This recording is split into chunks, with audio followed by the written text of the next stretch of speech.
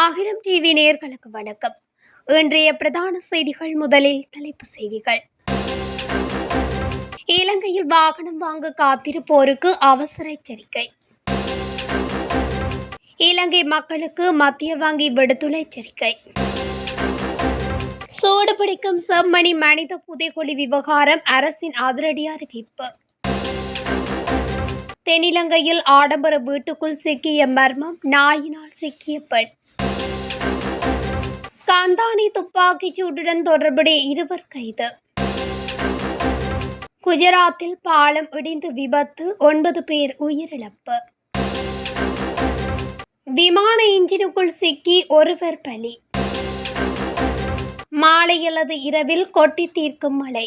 தொடர்பான விரிவான செய்திகள்.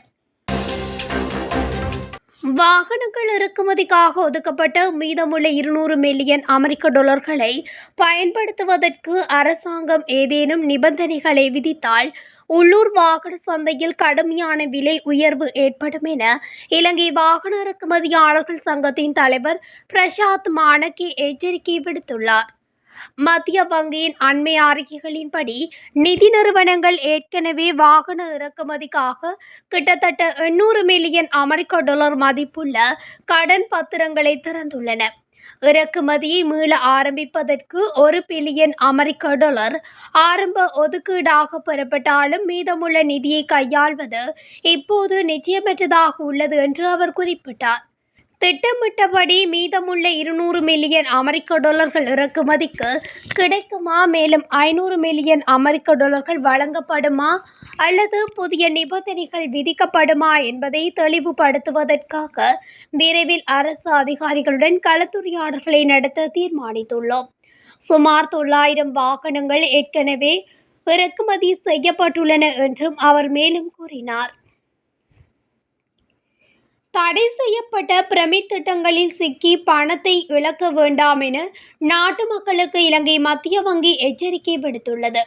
நாடு முழுவதும் தற்போது இயங்கும் சட்டவிரோத பிரமிட் திட்டங்களை தடுக்க தற்போதுள்ள சட்டங்களும் ஒழுங்குமுறைகளும் போதுமானதாக இல்லை என இலங்கை மத்திய வங்கி தெரிவித்துள்ளது.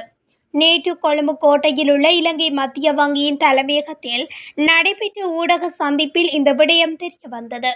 எனினும் தற்போதுள்ள சட்டங்கள் மற்றும் ஒழுங்குமுறைகளை பயன்படுத்துவதன் மூலமும் முடிந்தவரை பலருக்கு தெரியப்படுத்துவதும் இந்த அச்சுறுத்தலில் இருந்து அவர்களை தடுப்பதும் மத்திய வங்கியின் நோக்கமாகும் என இலங்கை மத்திய வங்கியின் உதவி ஆளுநர் தில்ருக் ஷானி குறிப்பிட்டுள்ளார். நாளுக்கு நாள் அதிகரித்து வரும் சட்டவிரோத பிரமிட் திட்டங்களால் பொதுமக்கள் பாதிக்கப்படுவதை தடுக்கும் நோக்கில் இந்த மாதம் 14ஆம் தேதி முதல் 18ஆம் தேதி வரை பிரமிட் எதிர்ப்பு வாரத்தை நடத்தவும் இலங்கை மத்திய வங்கி முடிவு செய்துள்ளது. அதற்கமைய சட்டவிரோத பிரமிட் திட்டங்களுக்கு இரையாகாதீர்கள் என கூறி இந்த வாரம் முழுவதும் பொதுமக்களுக்கு தெரிவிக்கும் நடவடிக்கைகள் மேற்கொள்ளப்படும்.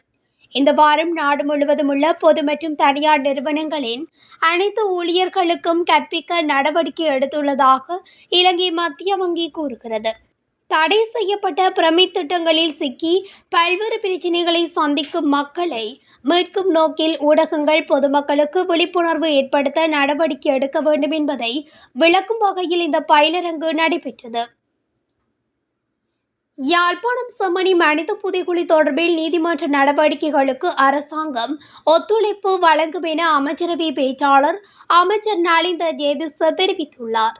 நேற்று இடம்பெற்ற அமைச்சரவை முடிவுகளை அறிவிக்கும் ஊடக சந்திப்பில் பங்கேற்று உரையாற்றிய போதே அவர் இதனை குறிப்பிட்டார். குற்றப்புலனாய்வு திணைக்களம், காவல்துறையினர் உள்ளிட்ட விசாரணையாளர்கள் அதற்காகவே செயற்பட்டு வருகின்றனர். நீதிமன்ற தேவைக்கு அமைய அதற்கு உரிய விசாரணைகள் அரசாங்கத்தின் ஊடாக முன்னெடுக்கப்படும். நீதவான், காவல்துறையினர், அகழ்வுடன் தொடர்புடைய நிபுணர் குழுவினர் செம்மணி மனித புதைகுழி தொடர்பான அறிக்கைகளை நீதிமன்றத்தில் முன்வைப்பர். அதற்கான நடவடிக்கைகளை தற்போது முன்னெடுக்கப்படுகின்றன. அதன் பெறுபவர்கள் பற்றியும் விரிவாக பேசப்பட்டு வருகின்றது. தென்னிலங்கையில் ஆடம்பர வீடொன்றுக்குள் சூட்சுமமான முறையில் போதைப்பொருள் மறைத்து வைத்திருந்த நிலையில் அந்த வீட்டின் உரிமையாளரான பெண் கைது செய்யப்பட்டுள்ளார். போலீசாரின் மோப்பநாயான பெர்சியின் காட்டி கொடுப்புக்கு அமைய வீட்டின் கழிவறை நீர்த்தொட்டிக்குள் மறைத்து வைக்கப்பட்டிருந்த போதைப்பொருள் மீட்கப்பட்டுள்ளது. கிக்கடுவை நவகஸ்தேனிய பகுதியில் உள்ள ஆடம்பரமான இருமாடி வீடொன்றிலேயே இவை மீட்கப்பட்டதாக தெரிவிக்கப்படுகிறது. வீட்டின் உரிமையாளரான பெண்ணொருவர் போதைப்பொருள் வர்த்தகத்தில் ஈடுபடுவதாக காலி போலீசாருக்கு கிடைத்த தகவலுக்கு அமைய சோதனை நடவடிக்கை மேற்கொள்ளப்பட்டது. வீட்டின் சோதனையிட்ட போது எந்தவொரு போதைப் பொருளும் கிடைக்கவில்லை. இந்நிலையில் மோப்பநாயின் உதவியுடன் மீண்டும் தேடுதல் நடவடிக்கை மேற்கொள்ளப்பட்டது. இதன்போது வீட்டின் மாடி கழிவறையின் நீர்த்தொட்டிக்குள் பொலித்தீனில் சுற்றப்பட்டு மறைத்து வைக்கப்பட்டிருந்த 14.8 கிராம் ஹெரோயின் கண்டுபிடிக்கப்பட்டது. இதனையடுத்து 39 வயதான வீட்டு உரிமையாளரான பெண் கைது செய்யப்பட்டதாக காலி போலீசார் தெரிவித்துள்ளனர். கம்பஹா கந்தானே பொதுச்சந்தைக்கு அருகில் ஒருவர் சுட்டுக் கொல்லப்பட்டு மற்றொருவர் காயமடைந்த சம்பவம் தொடர்பாக இருவர் கைது செய்யப்பட்டுள்ளனர். கிடைத்த ரகசிய தகவலை தொடர்ந்து கந்தானே ரூபமுள்ள சந்தி மற்றும் கந்தானே நகரில் நடத்தப்பட்ட தேடுதல் நடவடிக்கையின் போது சந்தேக நபர்கள் கைது செய்யப்பட்டதாக போலீசார் தெரிவித்தனர். கடந்த 3ஆம் தேதி கந்தானே பகுதியில் மோட்டார் சைக்கிளில் பிரவேசித்த இருவர் மோட்டார் வாகனத்தில் பயணித்த இருவர் மீது துப்பாக்கியால் சுட்டனர்.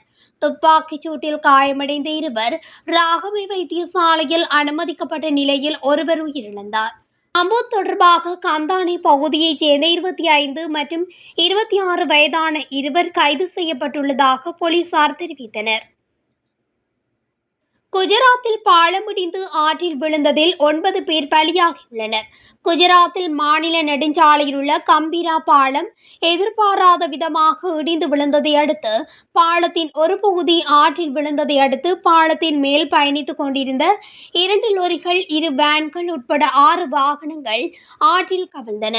விபத்தில் முதல் கட்டமாக 3 பேர் பலியானதாக அறிவிக்கப்பட்டது. ஆனால் தற்போது வரை 9 பேர் உயிரிழந்துள்ளதாக தெரிவிக்கப்பட்டுள்ளது. தகவல் அறிந்த மீட்பு குழுவினர் உடனடியாக சம்பவ பகுதிக்கு விரைந்து சென்று ஆற்றில் தத்தளித்துக் கொண்டிருந்தவர்களை மீட்டு வைத்தியசாலைக்கு அனுப்பி வைத்தனர். இந்த பாலமானது 43 ஆண்டுகள் பழமையானதோடு கடந்த ஆண்டு தான் பழுது பார்க்கப்பட்டது.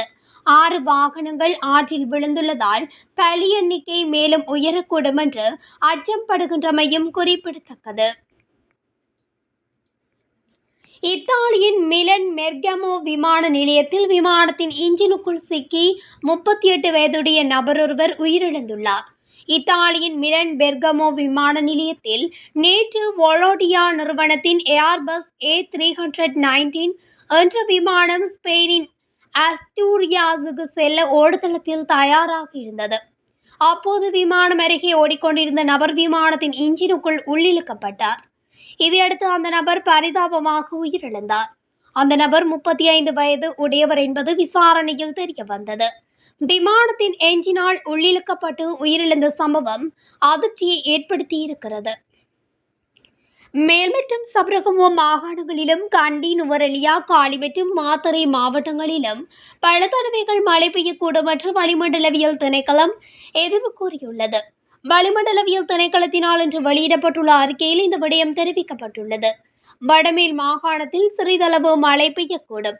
மத்திய மலைநாட்டின் மேற்கு சரிவுகளிலும் வடக்கு, வடமத்திய மற்றும் வடமேல் மாகாணங்களிலும் திருகோணமலை மற்றும் ஹம்பாந்தோட்டை மாவட்டங்களிலும் அவ்வப்போது மணிக்கு 30 தொடக்கம் 40 கிலோமீட்டர் வேகத்தில் ஓரளவு பலத்த காற்று வீசக்கூடும். இடியுடன் கூடிய மழையின் போது ஏற்படக்கூடிய தற்காலிக தீவிர காற்று மற்றும் மின்னல் ஆகியவற்றால் ஏற்படும் அபாயங்களை குறைக்க பொதுமக்கள் தேவையான முன்னெச்சரிக்கை நடவடிக்கைகளை எடுக்குமாறு வளிமண்டலவியல் திணைக்களம் கேட்டுக்கொண்டுள்ளது. இதுடன் அகிலம் டிவியின் இன்றைய பிரதான செய்திகள் நிறைவடைகின்றன. தொடர்ச்சியாக செய்திகளை அறிந்து கொள்ள அகிலம் டிவி ஊடகத்துடன் இணைந்திருங்கள். நன்றி, வணக்கம்.